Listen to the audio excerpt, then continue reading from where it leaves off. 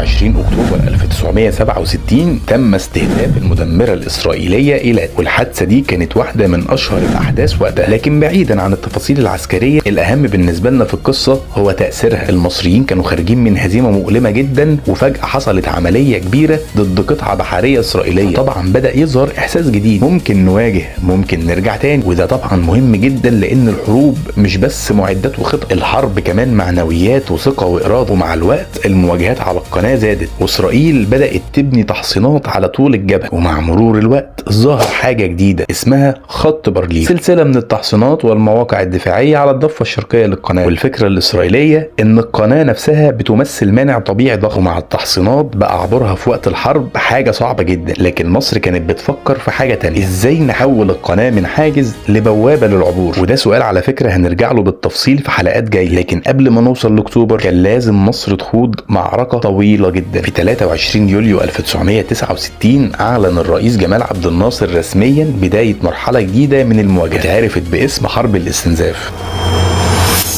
والاسم نفسه بيوضح الفكرة. مصر كانت عايزة تستنزف قدرة إسرائيل على الاحتفاظ بموقعها على الضفة الشرقية للقناة، وكمان تضغط عليها عسكريا، وفي نفس الوقت تدي الجيش المصري فرصة مهمة جدا، التدريب الحقيقي تحت ظروف الحرب. يعني بدل ما الجندي يتدرب في ميدان بعيد عن العدو، بقى عنده جبهة حقيقية، قناة السويس قدامه والطرف التاني موجود. كل يوم في خبرة جديدة، وكل اشتباك بندرس منه، وكل خسارة بتكشف نقطة محتاجة تتعالج. بس لازم نقول الحقيقة كاملة، حرب الاستنزاف ما كانتش فيلم أكشن، كان فيها شهداء وخسائر وضغط كبير جدا على الجنود والمدنيين. من اشهر الشخصيات اللي ارتبط اسمها بحرب الاستنزاف الفريق عبد المنعم رياض، رئيس اركان حرب القوات المسلحه المصريه وقتها. وفي 9 مارس 1969 كان الفريق عبد المنعم رياض موجود على الجبهه لمتابعه العمليات بنفسه. وخلال وجوده في منطقه القناه اتعرض الموقع للقصف الاسرائيلي، وللاسف استشهد الفريق عبد المنعم رياض، وموته كان صدمه كبيره وقتها. لكن في نفس الوقت بقى اسمه